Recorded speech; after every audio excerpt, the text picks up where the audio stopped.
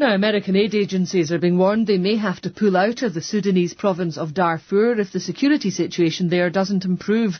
The warning follows a visit to the region by Sam Worthington from an umbrella organisation for US international aid staff. We can speak to him now. Good afternoon. What are your main concerns about the situation in Darfur at the moment? I think our challenge is you have some 13,000 humanitarians operating on the ground trying to make a difference in over 2 million people. Many of these individuals in the humanitarian community have been there a year or two, and what we're finding out is unfortunately a burnout,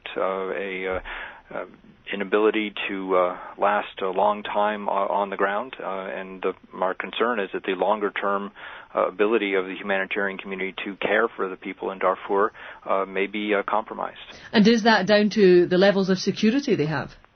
It's a combination of security and whether it be death threats, also the mobility of workers, the challenges they face on a daily basis in very rough environment, but also at the same time a concern that they cannot make a difference over the long term.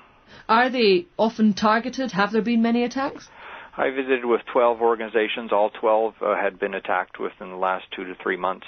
This goes from stealing of vehicles to, unfortunately, mock executions, in the case of one execution of a driver.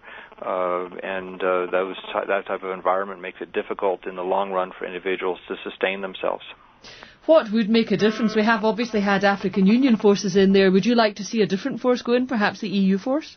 No, I think having UNAMID expand its role there is the best step in the short run. Of course, the long run really is what is needed is peace.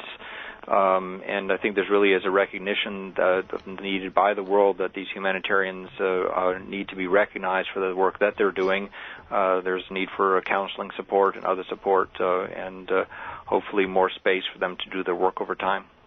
And obviously, if the aid agencies pull out, they're leaving people in a very desperate situation.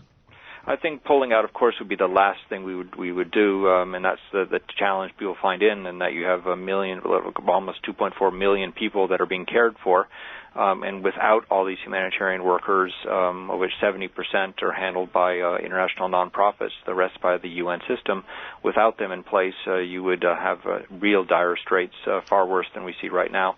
So they need to stay. They must stay. At the same time, we need to recognize that they are under tremendous pressure and tremendous strain for the individuals doing those jobs. Sam Worthington, thanks very much indeed for that.